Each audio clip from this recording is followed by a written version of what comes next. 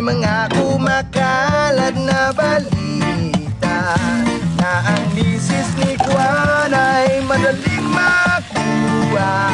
Bago maniwala, mag-isip-isip ka muna.